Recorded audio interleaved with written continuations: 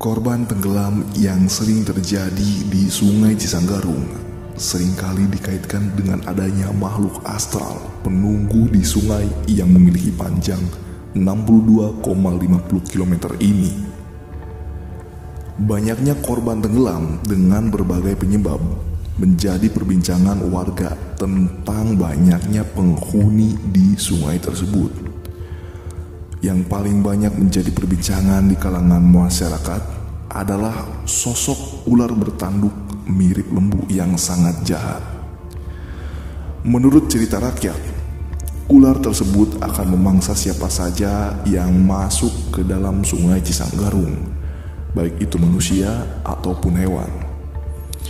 Dalam cerita lain, ular bertanduk tersebut berhasil mengalahkan kerajaan siluman buaya putih yang menjadi penguasa Sungai Cisanggarung pada zamannya. Semua buaya putih yang menghuni Sungai Cisanggarung berhasil dimenasakan oleh ular bertanduk hingga semua keturunannya habis. Namun, sebelum ular bertanduk membinasakan kerajaan siluman buaya putih, satu butir telur keturunan Raja Buaya berhasil disembunyikan ke darat. Hingga seorang kakek berhasil menemukan telur buaya itu dan merawatnya hingga menetas. Telur buaya yang merupakan keturunan dari kerajaan buaya putih akhirnya menetas dan seekor anak buaya hadir menemani si kakek. Dalam cerita yang beredar, sosok kakek merupakan orang yang dikucilkan oleh warga kampungnya karena mengidap penyakit yang sangat menular.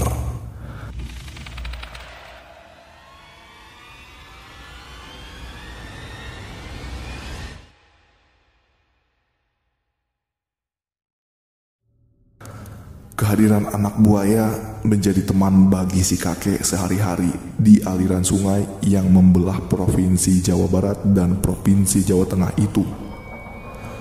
Waktu terus berjalan, anak buaya menjadi buaya dewasa dan tetap dirawat oleh si kakek layaknya seorang cucu. Hingga suatu saat, si kakek yang memiliki lembu bermaksud memandikan hewan ternaknya itu di Sungai Cisanggarung. Tanpa ia sadari, ular bertanduk sedang mengintainya di dalam air, menunggu si kakek lengah dan siap dimangsa. Namun, sebelum niatnya terwujud, ekor ular bertanduk kerbau digigit oleh buaya putih yang merupakan peliharaan si kakek. Pertarungan sengit pun tidak bisa dihindari. Dua kekuatan berusaha saling mengalahkan satu sama lain. Hingga akhirnya ular bertanduk tersebut kalah oleh buaya putih dan mengakui kehebatannya. Dalam kemenangan tersebut, buaya putih memberikan ultimatum kepada ular bertanduk untuk tidak lagi mengganggu siapa saja yang ada di Sungai Cisanggarung.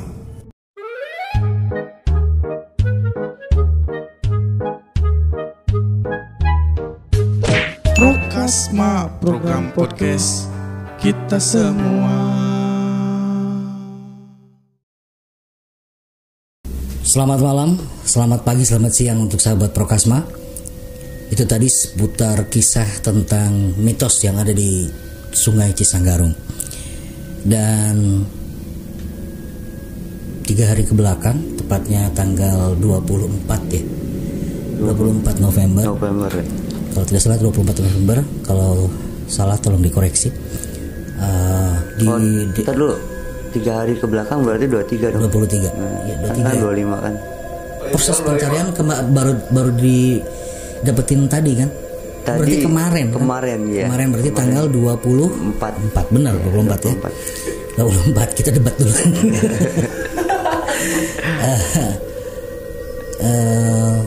Telah hanyut di Sungai Cisanggarung, yaitu Bapak Arwah yang hanyut di Sungai Cisanggarung dan diketemukan pada hari ini Kamis, Kamis ya. Kamis jam 9.15. Jam 9.15. Ini mungkin kan berbicara tentang mitos yang ada di Sungai Cisanggarung, dan memang bukan hanya kali ini saja korban hanyut terjadi di Sungai Cisanggarung. Tahun kemarin juga ada ya. Tahun kemarin di desa Benda ya, beberapa waktu ke belakang. Atau bahkan mungkin saya ingat juga dulu saya pernah dengar bus yang masuk. Oh ya, di Manungtung, di Manungtung itu sampai katanya bambu aja nggak nyampe satu apa ya? Satu lenjer ya. Satu lenjer itu kira-kira berapa meter? Ada 10 meter? 10 lebih lah. 10 lebih itu nggak nyampe ya? Nggak nyampe. Sedangkan di bawahnya itu kan ada pancangan besi beton ya. Jadi posisi bus tuh nyangkut. Jadi nggak naik lagi, nyangkut gitu. Karena depan busnya juga yang tadinya kotak jadi kecil. Gitu. Kalau Pak Didin sendiri, kenalin dulu ya. Kenalin. Hari ini kita mendatangkan salah seorang volunteer, salah seorang relawan yang sering aktif di Basarnas atau di BPPD. Potensi SAR, Petakala Gerage, juga di Pramuka Peduli. Bencana. Bencana. Nah, menurut Kang Didin sendiri nih, mitos tadi yang ada di Cisanggarung, menurut pandangan Kang Didin sendiri gimana tuh? Untuk mitos ada katanya buaya putih gitu ya di situ. Ya kalau itu insya Allah aku rasakan ada sih mitos itu gitu. Jadi karena baru beberapa kali kita mengarungi misalnya Sungai Sanggarung tuh awal kita nggak rasa biasa aja gitu, cuman makin sering kita terjun ke arung di Sungai Sanggarung, ternyata ya lumayan juga ada terasanya gitu. Pada saat proses pencarian baik di korban tahun kemarin dan korban yang sekarang ada perbedaan nggak, Kang?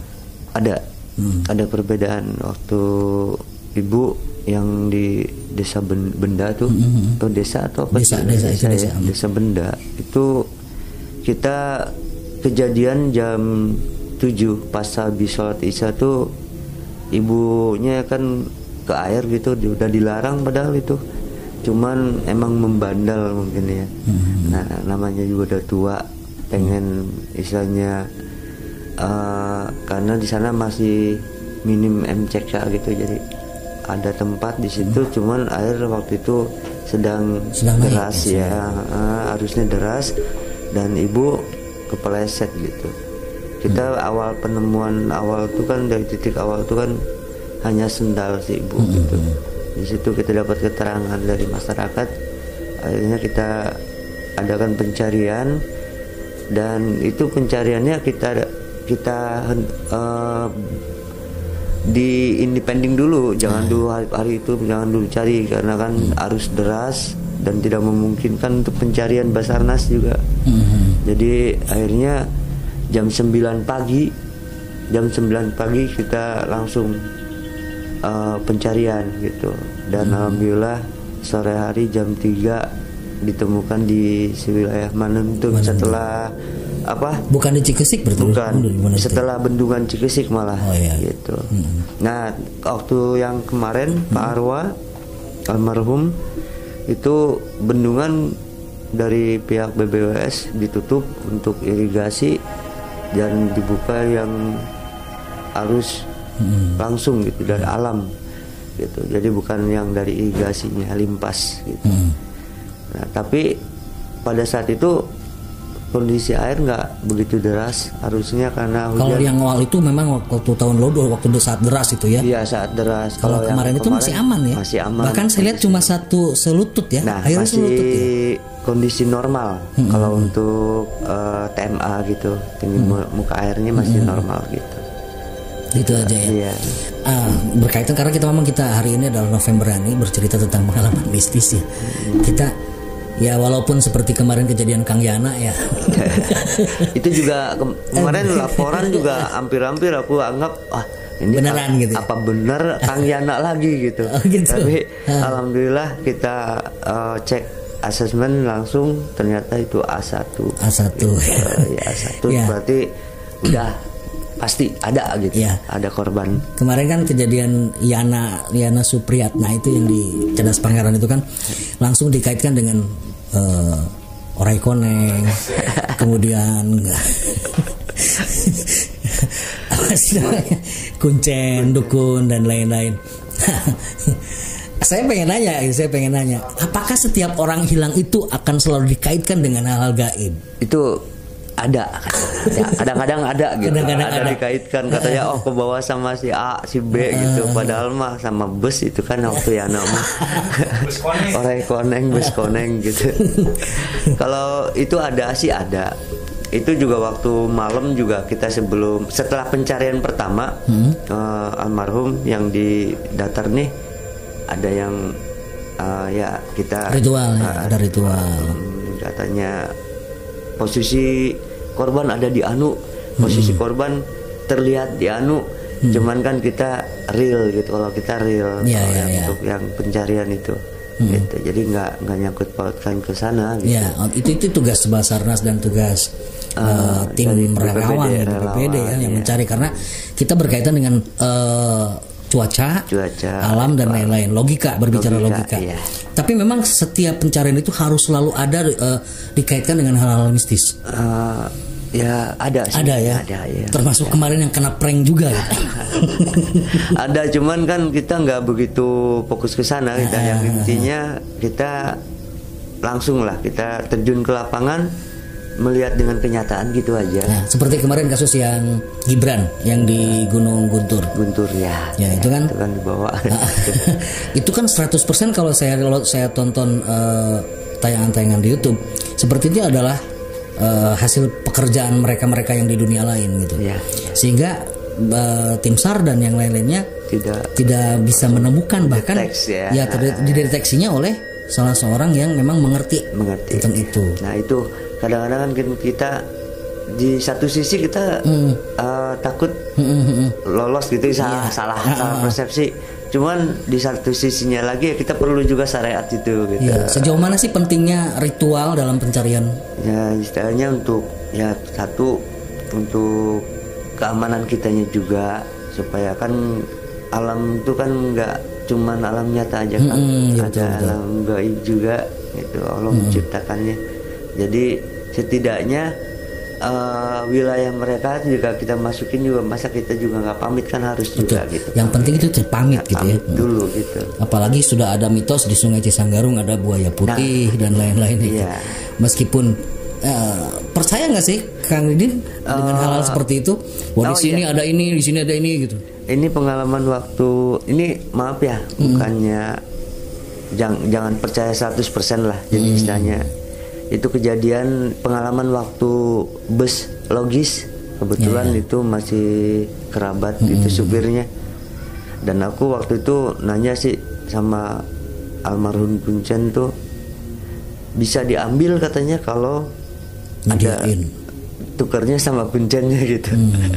Nah itu pengalaman pribadi asli aku ngalami itu pada diri aku sendiri waktu aku mengantarkan jenazah ke Pamanukan, kan disemayamkannya di sana di rumah Pamanukan, rumah dukanya dikubur di sana. Nah malam pertama ini pengalaman aku sampai 3 malam, rencana kita sampai 7 malam di sana, gitu sampai tahlil terakhir di lokasi tempatnya. Di rumah. Di rumah di Pamanukan. Nah itu aku ngalamin, jujur ya, malam pertama angin gede, Harois. Angin gede, terus ada suara anjing.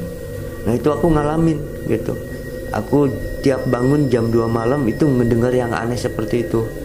Malam kedua ada suara angin kencang, kayak muter gitu. Jadi di akhir, di malam ketiga yang sampai saya nggak berani sampai ke 7 hari, saya langsung pulang. Itu ada suara kuda yang kling gitu, kereta kuda. Dan aku nanya pagi harinya aku nanya ke bapak yang di sana, Pak, di sini ada kuda delman nggak? Gitu. Soalnya kan nggak mungkin lah gang kecil masuk delman gitu, nggak mungkin lah, udah nggak masuk di akal gitu ya. Mau buka jendela juga karena saya dulu masih penakut mungkin ya. Kalau sekarang udah pemberani ya? Gak tahu udah. Sekarang udah ya mengenal lah sedikit demi sedikit. Nah pas aku dengar suara kuda itu. Nah di sini aku besoknya pulang, ya setelah menanyakan nggak ada kuda daerah Pamanukan yang ada di Subang, gitu. Baru aku percaya. Aku pulang, aku penasaran karena di sana juga ada kita sebutin namanya jangan sesepuh ya, sesepuh lah kan? Ada sesepuh, rumahnya di deket disebutnya Negara Buana kan ya. Nah saya main karena anaknya tuh murid saya di SMP juga.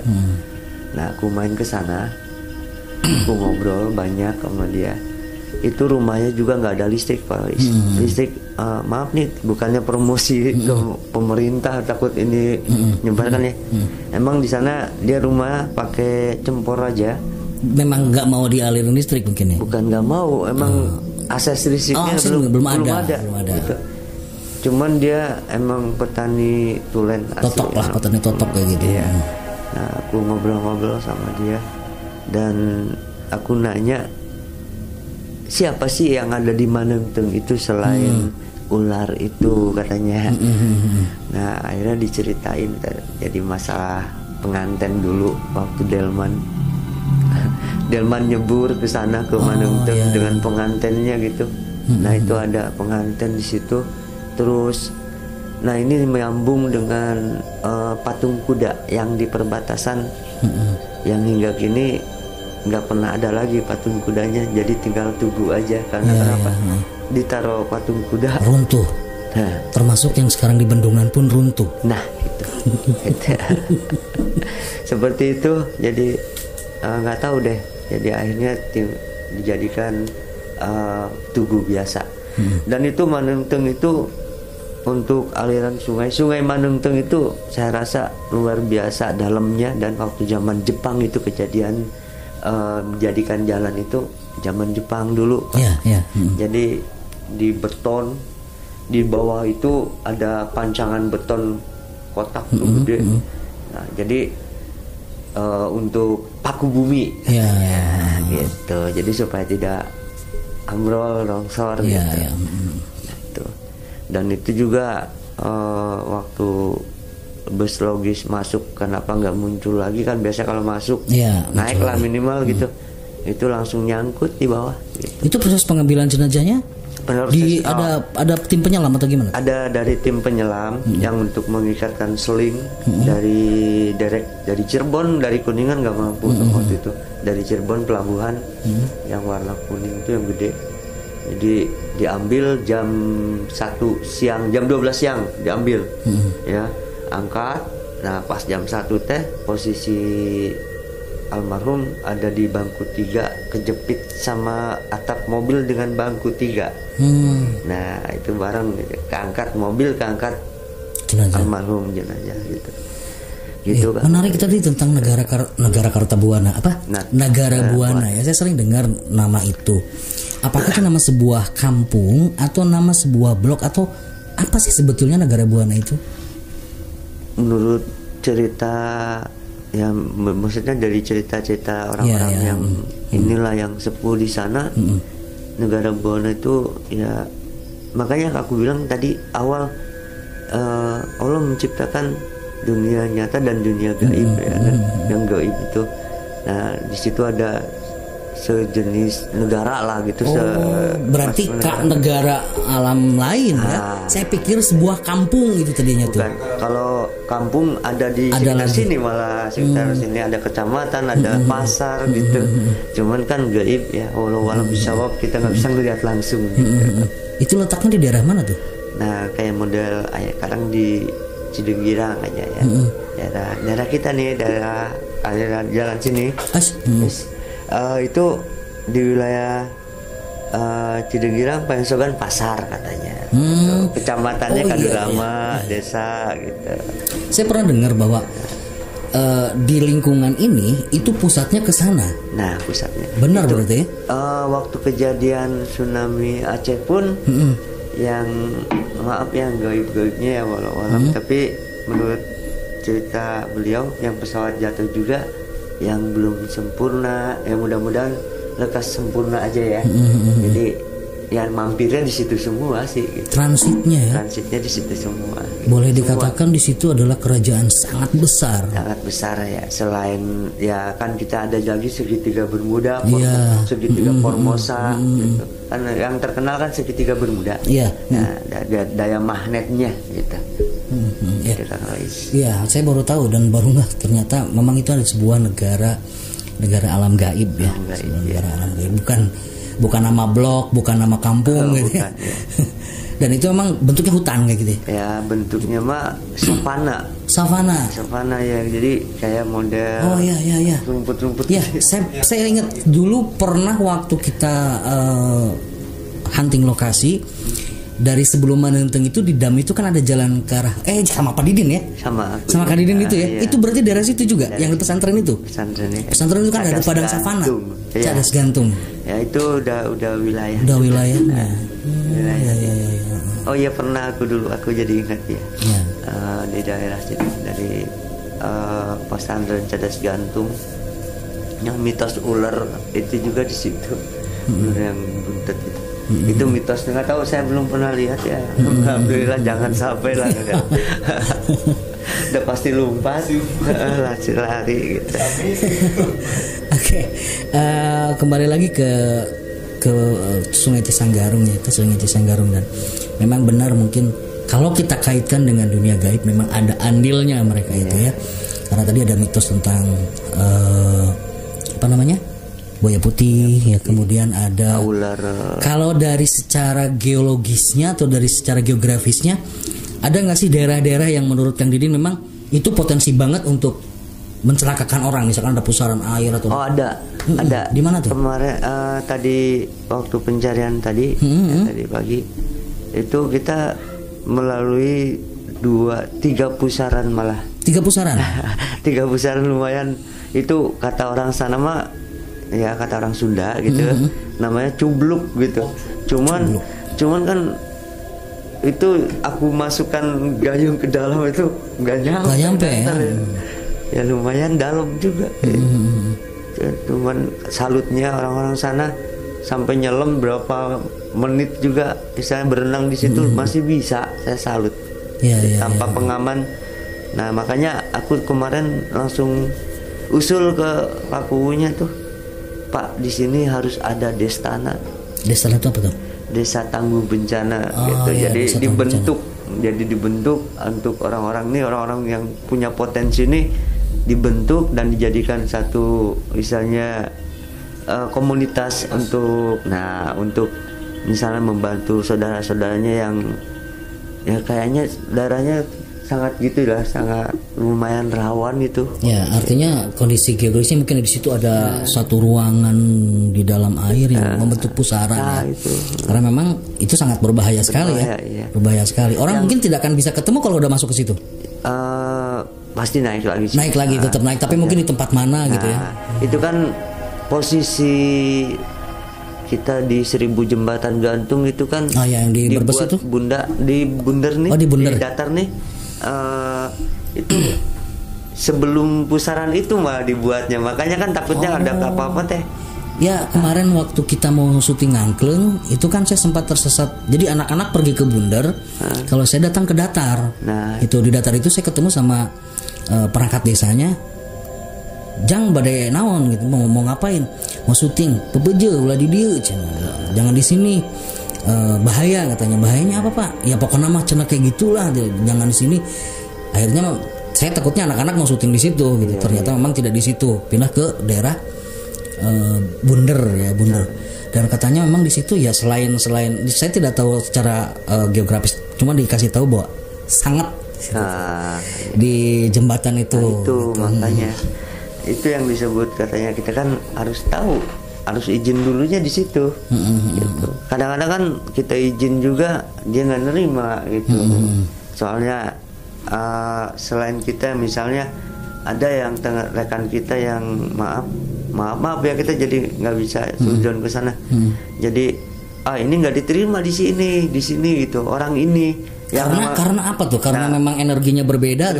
Nah, karena ada beda-beda energi manusia setiap orang gitu. Jadi kan kita udah izin, kan lah diizinin.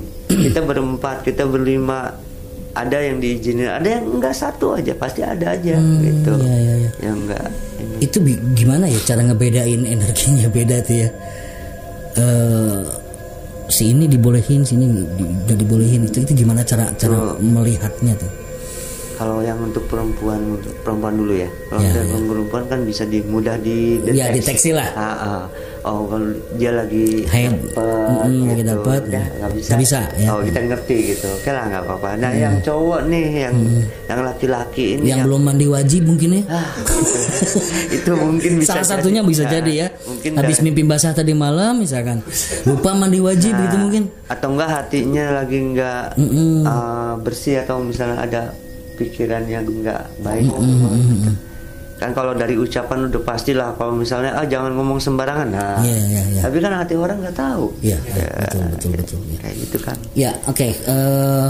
Saya juga ingat tentang peristiwa susur sungai yang tahun kemarin itu di Jogja, kalau tidak salah. Sleman, terus tahun kemarin. Tahun ini apa tahun ini ya? Ciamis. Itu sebetulnya kenapa sih bisa sampai susur sungai itu tidak masuk ke tengah kan? Iya. Harusnya. Oh iya, harusnya. Tapi ini kan langsung terjun di bawah. Oh, terjun ke bawah. Kan kalau susur sungai kan pinggir sungai. Itu namanya susur sungai. Kecuali Arung. Beda. Jadi kalau susur sungai gini Kang, ya kita clearkan semua sekalian lah. Untuk susur sungai itu maaf untuk para pembina ya. Karena kan kita di sini pembina pramuka harus juga belajar paham dengan manajemen risiko. Betul. Ini yang belum tersampaikan keseluruhan dari manajemen risiko. Apa sih manajemen risiko? Yang kita manage setiap risiko yang akan terjadi. Gitu. Jadi misalnya gini, di hulu keadaan mendung atau cuacanya mendung gitu ya. Walaupun bukan musim hujan misalnya. Ini mendung di hulu. Ya kita jangan coba-cobalah ajak adik-adik kita langsung turun terjun ke air gitu. Udah tahu itu dalam gitu ya kan, mestinya kita coba dulu, mau pembina dulu lah yang harus turun lah. Apa itu berbahaya untuk anak-anak kita, adik-adik kita atau tidak gitu. Dan resikonya bagaimana, kan itu harus diperhitungkan dari resiko itu. Makanya kita harus mengenal dari manajemen risiko. Artinya mutlak kesalahan, human error pada saat itu. Iya, jadi akibat dari misalnya instruksi yang kurang dipahami adik-adik. Lagi pula kan untuk tingkat penggalang itu sepertinya belum cocok juga untuk main susur sungai seperti itu. Kalau untuk susur sungai, ya untuk adik-adik penggalang kan ada tingkatannya Kak. Ramu rakit terap ya. Nah, kita nggak main pramuka nih.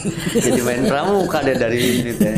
Ya ramu rakit terap, mungkin untuk ramu belum lah. Gitu. Untuk terap ya kita hanya materi. Nah nanti rakitnya oke lah kita coba, atau misalnya lintas air basah, lintas air kering gitu. Itu aja dulu yang enteng-enteng lah. Kalau misalnya kalau untuk arung mah ya ada belum waktunya. Ada waktunya. Ya, mungkin di tingkat penegak Bantara Laksana mungkin lebih cocok di situ. Seperti waktu kita dulu waktu zaman SMA ya. Itu kan di Manuntung itu di Jambe Rancak itu kan. Kita bikin pelampung dari jas hujan, dari ponco, ngumpulin daun-daun. Itu saya baru apal kalau ternyata bus bisa masuk segitu, ternyata dalam ya. Padahal saya nggak bisa renang saat itu. Gak sadar berarti. Tanpa sadar. Aduh, alhamdulillah mas saya masih selamat. Dan kalau untuk pelampung Kang, kalau untuk pelampung saya kasih alternatif ya. Soalnya kan pelampung juga banyak di tiap-tiap komunitas relawan seperti manajemen risiko untuk manajemen disaster gitu ada. Cuman ada alternatif Kang. Jadi ada aqua yang 1 liter itu diikat kuat, satukan terus ditempel di badan gitu. Itu bisa juga jadi pelampung. Sama aku pernah mencoba itu, emang efektif, bagus. Aku nggak bisa renang bisa jadinya gitu. Saya nggak bisa renang. Aqua. Nggak bisa renang, makanya waktu masuk dulu Jabar Scout Rescue waktu sebelum dulu Kang Lois duluan masuk sebelum saya gitu. Kenapa langsung berhenti? Saya Jabar Scout Rescue, saya nggak bisa renang atas itu. Gimana mau nge-rescue orang, saya sendiri harus di-rescue. Nah, makanya kalau menyelamatkan orang tuh safety diri kita juga dulu ya. Jadi pertamanya kita mampu nggak nih? Kalau kita yang sekiranya lagi kurang fit badan nggak usah turun deh. Gitu. Terus kalau untuk misalnya mencari orang yang terhanyut, ya kalau kita nggak bisa berenang nggak usah lah. Nantinya akhirnya kita jadi kita yang jadi diselamatin nanti. Kita yang jadi survivor nanti. Aduh. Jadi saya mawas diri saat itu. Mawas diri. Baru sampai yang minimal bisa bantu orang yang kebanjiran di Cibimbing saat itu ya. Kita juga bareng-bareng pada saat itu ya. Oke, ada gimana? Ada pertanyaan lagi? Ya ini pertanyaan mungkin yang ini ya agak melenceng juga. Ini saya mau nanya apa sih itu bedanya antara setan, jin, iblis? Nah ini sama siluman juga nih, apa bedanya sih? Saya harus jelaskan atau Kang Rois? Coba saya dulu. Siap. Jadi gini bang. Semuanya itu kan diciptakan dari api. Iblis diciptakan kemudian kemarin cerita Pak Dian bahwa dia cemburu karena tidak dapat perhatian lebih, malah perhatiannya ke Nabi Adam gitu ya. Kemudian bersumpah sampai nanti kiamat akan menggoda manusia. Si iblis ini selalu tidak menurutin perintah Allah, perintah Tuhan gitu ya. Nah, si jin boleh dikatakan jin ini anak buahnya yang terdiri di banyak tempat, termasuk di sini juga ada. Dan jin punya kewajiban sama seperti halnya manusia. Ya. Wa ma khalaqtul jinna wal insa illa liya'budun. Tidak semata-mata kita ciptakan jin dan manusia selain untuk beribadah. Jin juga harus beribadah sebetulnya. Gitu. Nah, kalau setan itu sebetulnya bukan dalam bentuk kalau menurut pemahaman saya bukan bentuk secara fisik, tapi setan ini lebih ke apa ya namanya? Sifat jelek, sifat buruknya gitu. Sifat jahatnya. Sifat setan. Sifat jahatnya ya itu yang tadi si jin itu. Ya, sebaik-baiknya setan itu sama dengan sejahat-jahatnya manusia gitu loh. Nah, sedangkan siluman itu jin-jin yang punya kesaktian khusus. Ya, pada dasarnya kan jin itu kan bisa mancala putra mancala putri. Bisa berubah bentuk sesuai yang dia mau gitu ya. Tapi dia punya komunitas. Kerajaan lah. Ya, kerajaan jin itu disebutnya siluman. Ya, ada gegedugnya, ada rajanya, ada rakyatnya dan lain-lain. Masih jin. Ya, beda dengan jin rumahan yang ada di sini. Gitu, jin rumahan. Tapi kalau mereka yang sudah mungkin seperti negara Buana itu adalah suatu komunitas besar. Daerah kekuasaannya bisa jauh lebih besar dari kita gitu. Gitu. Kalau dari Kandidi sendiri gimana? Kalau dari aku, menurut aku ya, aku pernah membaca satu buku. Ya, jadi penulisnya itu Muhammad Isa Daud. Oh, Isa Daud ya. Dialog jin dengan manusia. Nah, itu bukunya masih ada di sini. Ada ya. Ya, setahu saya kan ada 5 iblis tuh ya. Yang misalnya raja, anak-anak rajanya itu yang menugaskan setiap tugas-tugasnya, misalnya untuk mengganggu manusia, menggoda manusia. Ada yang di pasar, ada yang pada saat kita lagi berdiskusi, ada saat kita lagi berumah tangga. Nah, itu ada masing-masing, ada asal al-awar, al-janabur, terus ada maswat, ada dasim, Ifrit. Lain kan. Oh, beda Ifrit ya. Soalnya kan kalau diciptakannya begini, ada Ifrit, ada Hodam, ada Korin, ada Jin, macam-macam sih gitu. Namanya dan mereka beda-beda, cuman bentuknya lain-lain. Model Jin katanya dia bisa berubah wujud jadi besar, dan yang aslinya mah cuman seberapa jengkal gitu. Cuman dia punya ilmu seperti itu ya, kayak kita manusia nih pengen kebal katanya. Kalau kita pengen ngilang, dia mah pengen menampakkan diri wujudnya dengan berbentuk apa. Dia paling suka dengan bentuk ular gitu, atau kucing, anjing. Jadi suka seperti itu kan. Iya. Nanti lebih jelasnya boleh dibacalah, cari saja di sini. Ada buku Dialog Jin Muslim. Jin Muslim itu dari penulisnya Muhammad Isa Daud kalau nggak salah gitu. Soalnya kalau dikupas itu nanti kita kupas banyak itu sampai ke segitiga Bermuda juga tuh buku. Iya, segitiga Bermuda, Formosa. Ini bahkan UFO juga dibahas di situ. Karena itu buku bukan tidak diperjualbelikan, Kang. Itu dari buku itu nggak ada diperjualbelikan itu. Ya. Pokoknya udah jarang, udah nggak ada kayaknya. Mungkin udah ditarik juga. Tarik. Karena kan nggak private juga sih sebetulnya. Ya, cuman gimana sih, terlalu detail. Jadi ya detail ya. Sampai tahu kita nih hidup nih berdampingan dengan korin kita, sampai dijelaskan bahwa korin Kanjeng Rasulullah itu ulamanya para jin akhirnya. Ya. Satu-satunya korin yang tidak pernah mengganggu manusia adalah korinnya Nabi Muhammad. Nah itu. Korinnya kita banyak isengnya. Banyak iseng ke kitanya juga. Tergantung kitanya juga, kalau kitanya nggak kuat-kuat amat, ada ngegodanya luar biasa. Nah seperti apa sih korin gitu kan ya? Ada yang nanya, pernah ada yang nanya apa sih itu korin? Korin tuh contohnya real aja deh. Kita kenyataan aja. Nah pada saat seseorang meninggal dunia. Ada kata-kata seperti ini, si anu mah nembongan atau menampakkan diri gitu. Padahal mah orang yang proses matinya udah tahu mah, misalnya diambil, naik, ditidurkan gitu, nanti dibangunkan pada hari di akhir nanti. Jadi boro-boro nggak nyusunan orang gitu, nakut-nakutin orang, dianya sendiri dalam keadaan tenang atau dalam keadaan tersiksa di alam kubur. Kita nggak tahu gitu kan. Betul. Jadi ya korin itu kan dari mulai kita lahir sampai kita meninggal itu mendampingi kita.